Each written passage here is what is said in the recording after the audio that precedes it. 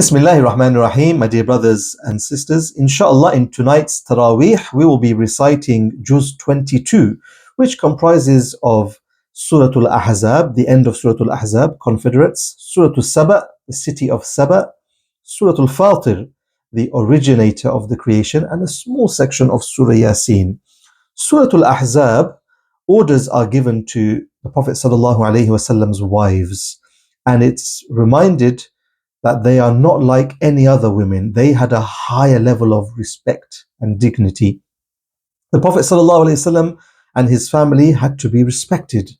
His house could not be entered into without permission, and his wives were to be spoken to from behind a screen to ensure greater dignity because they were the wives of the Prophet ﷺ. Then we have Surah Al-Saba. This surah belongs to the early Meccan period. It, together with the following 5 surahs, discuss some features of the spiritual world and emphasize Allah's mercy and Allah's power. Allah Azza wa Jal gives the example of Dawood alayhi salam, who was gifted with the qualities of knowledge and power, and how Dawood alayhi salam wanted to do good for the cause of Islam.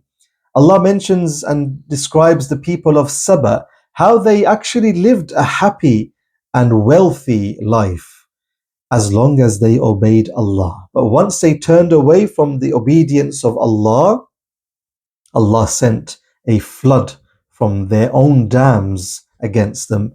Eventually, their country and land became a wasteland. Allahu Akbar. We have Surah Al-Fatir, where Allah Azza wa Jal describes the mystery of creation and how we are encouraged to look at the nature and study and reflect over it, and then link it all back to the greatness of Allah Azza wa Jal.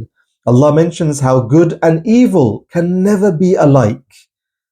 This, just like the seeing and the blind are not alike, just like darkness and light is not alike, coolness and heat is not alike, the living and dead are not alike. Just like that, good and evil is not the same. Allah Azza wa Jal is not in need of us. He is free of all wants.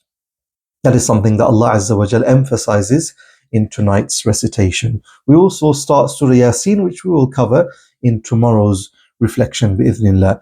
Nevertheless, a very important life lesson for you and I from tonight's recitation.